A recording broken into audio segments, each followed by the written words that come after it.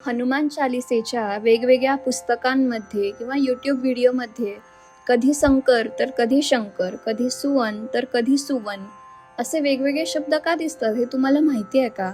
आणि मग प्रश्न पडतो यातलं नक्की बरोबर कोणतं? आजच्या 6व्या चौपाईतून आपण फक्त हनुमंताच्या 2 नवीन नावांचा अर्थच नाही तर भाषाशास्त्र, पाठभेद आणि प्राचीन हस्तलिखितांच्या दुनियेत एक छोटासा प्रवास करून अचूक शब्दप्रयोग निवडण्याचा मार्ग पाहणार आहोत. नमस्कार, मी दमयंती. अर्थगंगामध्ये तुम्हा सर्वांचं पुन्हा एकदा स्वागत. आत्तापर्यंत आपण हनुमंताची अनेक नावं पाहिली. पवनकुमार, कपीस, अंजनी पुत्र, पवनसुत, रामदूत आणि आजच्या या 6व्या चौपाईत आपण त्यांच्या आणखी 2 नावांबद्दल जाणून घेणार आहोत. पाहूया 6वी चौपाई. संकर सुवन केसरी नंदन, तेज प्रताप महाजगबंदन. चला तर मग नेहमीप्रमाणे याचा अर्थ समजून घेऊया. पहिली ओळ आहे संकर सुवन केसरी नंदन. पहिला शब्द संकर हा शब्द संस्कृत शंकर पासून आलेला आहे. इथे पुन्हा एकदा तालव्य श चा दंत्य स झालेला दिसतो. मागच्या चौपायांमध्ये पाहिलेलाच हा ध्वनी बदल. पुढचा शब्द आहे सुवन. इथे थोडा गोंधळ होऊ शकतो कारण वेगवेगळ्या आवृत्त्यांमध्ये सुवन, सूत किंवा सुवन अशी वेगवेगळी वाचन रूप दिसतात. मी इथे सुवन हे रूप वापरते आहे कारण अवधी शब्दकोश आणि बाबुराम सक्सेना यांच्या एव्होल्युशन ऑफ अवधी सारख्या ग्रंथांमध्ये हे रूप आढळतं. अवधीमध्ये सुवनचा अर्थ होतो पुत्र किंवा अंश. तर अनेक परंपरांमध्ये हनुमानाला शिवाचा रुद्रावतार किंवा शिवतत्वाचा अंश मानलं जातं. म्हणून इथे संकर सुवन म्हणजे शंकराचा अंश किंवा पुत्र. पुढचा शब्द आहे केसरी. हे हनुमंताच्या वडिलांचं नाव. वानर सेनेतील एक पराक्रमी नायक म्हणून त्यांचा उल्लेख आढळतो. संस्कृतमध्ये केसर म्हणजे सिंहाची आयाळ, त्यावरून केसरी म्हणजे सिंहासारखा पराक्रमी. आणि शेवटचा शब्द नंदन. हा शब्द संस्कृत नंद धातूपासून आला आहे, ज्याचा अर्थ आहे आनंद देणारा, म्हणजे केसरीला आनंद देणारा पुत्र. तर या संपूर्ण ओळीचा अर्थ असा होतो, हे हनुमंता, तू शंकराचा अंश आणि केसरींचा पुत्र आहेस. आता दुसरी ओळ पाहूया. तेज प्रताप महाजगबंदन. पहिला शब्द तेज म्हणजे प्रकाश, ऊर्जा किंवा दैवी तेजस्विता. पुढचा शब्द आहे प्रताप. आधीच्या चौपायांमध्ये आपण कु, सु, अ हे उपसर्ग पाहिले होते. आज त्यात आणखी एका उपसर्गाची भर पडते, प्र. संस्कृत प्र हा उपसर्गाचा अर्थ अनेकदा अधिक, उत्कृष्ट, तीव्र किंवा पुढे जाणारा असा होतो. मराठीतले प्रकाश, प्रखर, प्रभाव, प्रबल हे शब्दही याच उपसर्गाने तयार झाले आहेत. आता तप या संस्कृत धातूचा अर्थ होतो उष्णता निर्माण करणे, तापणे, प्रज्वलित होणे. तर प्र अधिक तप यातून तयार होतो प्रताप.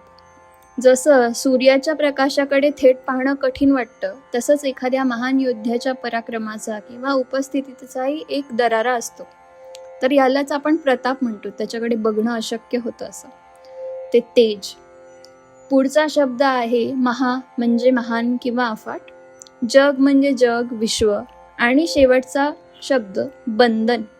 इथे पुन्हा आपला आवडता अवधी ध्वनी बदल, वचा ब, म्हणून संस्कृत वंदनचं अवधीत झालं बंदन, ज्याचा अर्थ होतो वंदन करणं, पूजनीय मानणं. तर या ओळीचा अर्थ होतो तुझे तेज आणि प्रताप इतके महान आहेत की संपूर्ण जग तुला वंदन करतं. जर आपण या संपूर्ण चौपाईचा भावार्थ एकत्र पाहिला तर तुलसीदासजी म्हणतात, हे हनुमंता, तू शंकराचा अंश आणि केसरींचा पुत्र आहेस. तुझे तेज आणि पराक्रम इतके महान आहेत की संपूर्ण जग तुला वंदन करतं. या चौपाईत तुलसीदासजी हनुमंताची दैवी आणि लौकिक अशी दोन्ही ओळख एकत्र मांडतात. एका बाजूला शंकराचा अंश आणि दुसऱ्या बाजूला वानरवीर केसरींचा पुत्र, म्हणजेच दैवी तेज आणि पराक्रमी व्यक्तिमत्व. ही दोन्ही रूपं इथे एकत्र दिसतात. आता वळूया आजच्या भाषिक निरीक्षणाकडे. आज आपण पुन्हा 2 महत्त्वाचे ध्वनी बदल पाहिले. श चा स जसं शंकर चा संकर, ब चा ब जसं वंदनचं बंधन. तसंच आज आपण प्र हा संस्कृत उपसर्गही पाहिला, जो अनेक शब्दांमध्ये तीव्रता, उत्कृष्टता किंवा पुढे जाणे असा अर्थ निर्माण करतो. आणि आजच्या चौपाईच्या निमित्ताने आपण आणखी एक महत्त्वाची गोष्ट पाहिली, ती म्हणजे पाठभेद, ज्याला इंग्रजीत टेक्स्चुअल व्हेरियंट्स असं म्हणतात. हनुमान चालिसेच्या वेगवेगळ्या प्रतींमध्ये संकर शंकर, सुवन सुवन, विद्या विद्या अशी वेगवेगळी रूपं आढळतात. असं का होतं? हा पाठभेद किंवा शब्दांमधला बदल नक्की झाला कसा, हे समजून घेण्यासाठी आपल्याला हस्तलिखितांच्या मॅन्युस्क्रिप्ट्सच्या जगात जावं लागेल. कारण आपली ज्ञानपरंपरा मौखिक होती. तुम्ही वेदांगांचा विचार करा, ती स्मरणातून जपली गेली. ज्ञान आधी स्मरणातून आणि उच्चारातून जपलं जात होतं. पुढे हे साहित्य हस्तलिखितांच्या स्वरूपात लिहिलं जाऊ लागलं आणि त्या हस्तलिखितांच्या नकला, प्रती म्हणजेच कॉपीज तयार होत गेल्या. तेव्हाच पाठभेद निर्माण झाले. इथे आपण एक अंतर जे आहे 2 शब्दांमधलं ते नक्की समजून घेऊयात. स्क्राईब आणि ऑथर. तर हस्तलिखित लिहिणारा म्हणजे जसं आहे तसं लिहून घेणारा तो स्क्राईब, आणि ऑथर म्हणजे मूळ लेखक, ज्याने आपल्या प्रतिभेने तो ग्रंथ लिहिला आहे. आणि बऱ्याचदा हे स्क्राईब आणि लेखक वेगवेगळे असायचे. स्क्राईब हा एक स्वतंत्र व्यवसाय होता, तर मोठमोठी लेखन केंद्र असायची. तर आजच्या भाषेत जसं आपण म्हणतो ना, आउटसोर्सिंग केंद्र किंवा फ्रीलान्सिंग सेंटर्स, कॉपिंग स्टुडिओज, तसाच तुम्ही विचार करू शकतात ह्या स्क्राईब्सचा.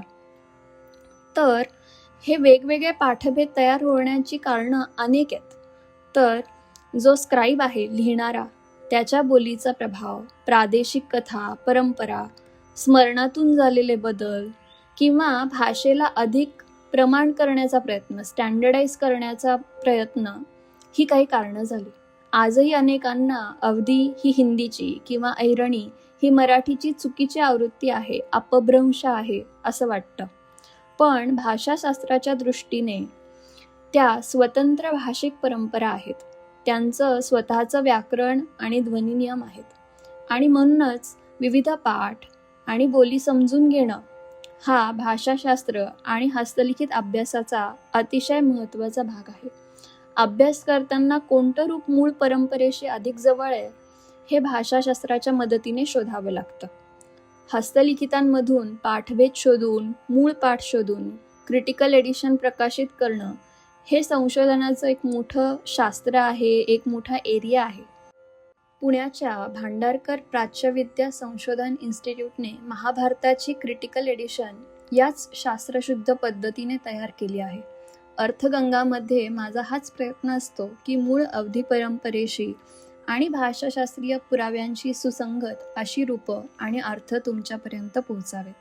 पुढच्या भागात भेटूया आणखी एका सुंदर चौपाईसोबत. तुम्हाला हनुमान चालिसा किंवा इतर कोणते स्तोत्र वाचताना असाच गोंधळात टाकणारा फरक किंवा कोणता शब्द आढळला आहे का, हे मला कमेंट्समध्ये नक्की सांगा. आपण तो पाठभेद समजून घेऊ. तोपर्यंत अर्थगंगेत असेच वाहत राहा. धन्यवाद.